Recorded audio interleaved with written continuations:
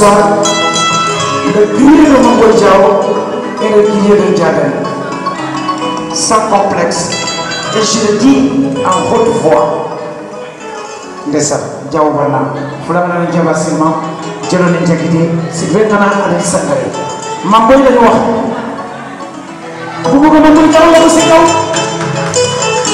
Bu ko Mamboy la ko ci kaw. Mamboy topp na ko ci kaw. Bu lu son tabi. Manu ma son. Mamboy Diao da ko son.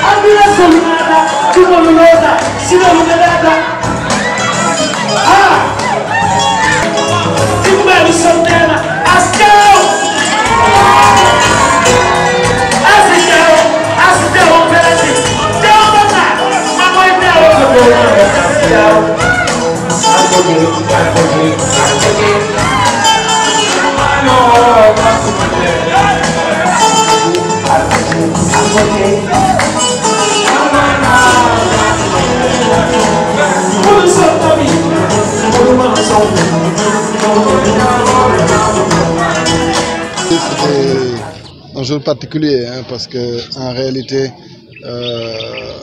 dans l'approche que nous avons toujours, c'est d'apporter une contribution à toutes les politiques publiques qui sont menées au niveau de la région de Kolda pour que les conditions de vie des populations changent. Vous savez que le contexte de pandémie que nous avons tous partagé avec le personnel médical de la région a fait que nous avons pu tous surmonter ensemble avec l'effort des uns et des autres, l'implication des uns et des autres, cette épreuve-là. Et je pense que jusqu'à présent, il faut qu'on fasse des efforts au niveau de Kolda parce qu'il y a encore des résurgences de cette pandémie de Covid au niveau de Kolda. C'est ce qu'on dit au niveau des statistiques nationales. C'est pourquoi nous n'avons de cesse de pouvoir agir au niveau de l'hôpital régional.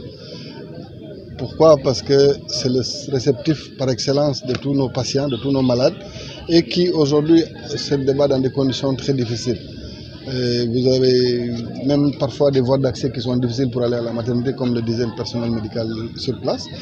C'est toujours bon de faire un acte, mais ça nous permet aussi de connaître les autres préoccupations des populations ou du personnel soignant. Et c'est pourquoi d'ailleurs je me suis engagé à faire la route qui mène vers la maternité, parce que vous imaginez que d'ailleurs la maternité c'est une approche assez particulière, donc il faut un peu plus de confort pour les femmes qui doivent accoucher. Donc la route est assez abîmée. Cette sollicitation a été posée de la même manière que l'espace qui accueille aujourd'hui la radio, qui est assez à un niveau de développement assez avancé, qui mérite qu'on le réfectionne. Et il y a eu aussi une sollicitation par rapport à un local qui devra abriter plus tard l'appareil de scanner. Donc tout ça, ça nous permet. Donc l'ambulance, ce n'est juste que le prétexte pour nous d'entrer encore à nouveau dans l'hôpital et de savoir ce qu'il y a comme contraintes, d'anticiper sur ces contraintes pour pouvoir trouver une solution au niveau de cette institution-là qui sert à toute la région de Kolda. Donc voilà le sens de ma visite ce matin à l'hôpital régional. Bon, pour ce qui concerne le centre de santé, c'était quand même une initiative de jeunes Koldois que je suivais de loin et qui m'a beaucoup impressionné parce qu'il s'agissait de ce que moi j'appelle du patriotisme, de personnes qui s'impliquent avec leurs propres moyens et qui sensibilisent et qui se battent au quotidien.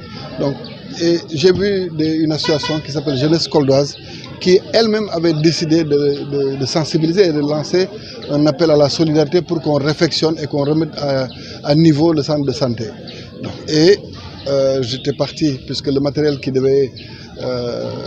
était nécessaire à tout ce qu'il fallait comme équipement avait déjà été livré. Nous étions partis pour voir, outre le matériel, comment les travaux évoluaient sur place.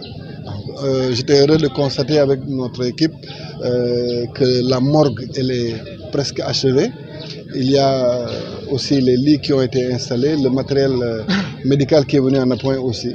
Ils sont en train d'installer les splits et ils ont aussi, en même temps soumis une doléance par rapport au dallage du centre de santé. C'est pourquoi nous allons nous impliquer. Bon, je voulais féliciter ces jeunes-là parce que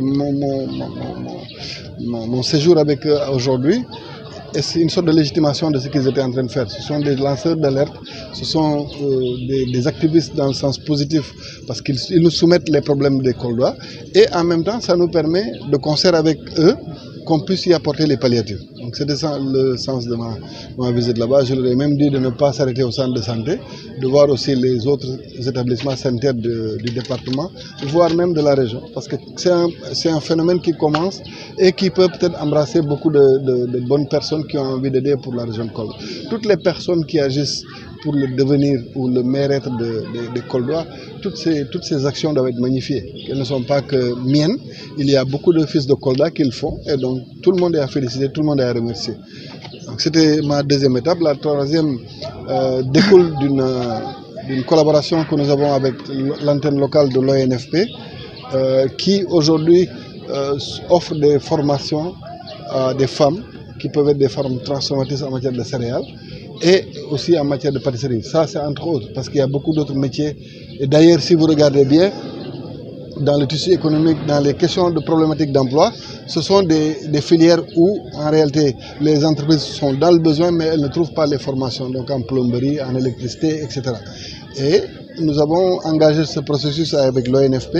La première cohorte de 40 qui est sortie voulait présenter ses produits et nous avons échangé autour de ça. En même temps, nous sommes venus écouter leur plaidoyer parce que ce qui importe, ce n'est pas que de les former, c'est de pouvoir permettre qu'elles puissent vivre des métiers issus de cette formation.